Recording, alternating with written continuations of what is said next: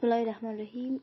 دوباره به ادامه موضوع ما در بخش DIT خوش آمدید و موضوعی را که امروز همچنان در ادامه موضوعات و مباحث قبلی در راه کد و استفاده کد میخوایم مورد مطالعه قرار دهیم. عبارت از این است که مناسب ترین ویرویشگرها یا تکست ادیترها برای کد نویسی ما کدام ها میتونه باشه که همون معمول ترینش عبارت از همون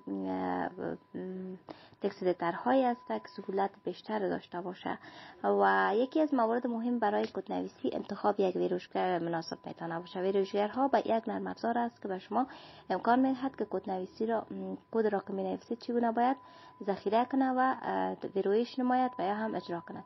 ویرویشگرها همچنان میتواند قابلیت های مختلف داشته باشند مانند تنظیم رنگ بندی کد، تکمیل خودکار کد، اشکال زدایی کد و همچنان پشتیبانی از زبان‌های مختلف و افزونه‌های متعددی. برخی از ویرویشگرهای محبوب برای کدنویسی عبارت از ویژوال استودیو است که یک ویرویشگر قدرتمند و پرطرفدار است که توسط شرکت مایکروسافت ساخته شده است. ویژوال استودیو از بیش از 30 زبان برنامه‌نویسی پشتیبانی می‌کند و قابلیت‌های متعددی را به برنامه‌نویسان ارائه می‌دهد.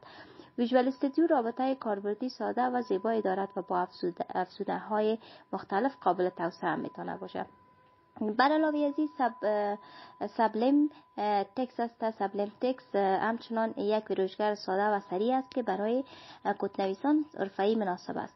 یعنی سبلیم تکس لایم تکس پشتیبانی از بسیاری از زبان‌های برنامه‌نویسی را دارد و قابلیت تنظیم تم‌ها و پلاگین‌های مختلف را دارد و قابلیت‌های منحصر به فردی را به برنامه‌نویسان می‌دهد مانند امکان داشتن چندین صفحه باز، جستجو در تمام فایل ها، آلت تمام صفحه و آلت تقسیم صفحه برای دسترسی بهتر میتونه داشته باشه. و همچنان دیگه تکست ادیتوری که زیاد مشهور است و کدنویسا اصلا از استفاده میکنه اتم است. اتم یک ویرویشگر کد جذاب و مدرن است که توسط شرکت گیت هاب ساخته شده است. اتم تقریبا از همه زبان‌های برنامه‌نویسی پشتیبانی می‌کند و قابل شخصی سازی با تم‌ها، پکیج‌ها و اسنپ ها را نیز دارد. و اتم رابطه کاربری زیبا و کارپسندی دارد و با گیت هاب نیز سنگ است. پس این موضوعات بود در رابطه با تکست ادیترهای کدنویسی.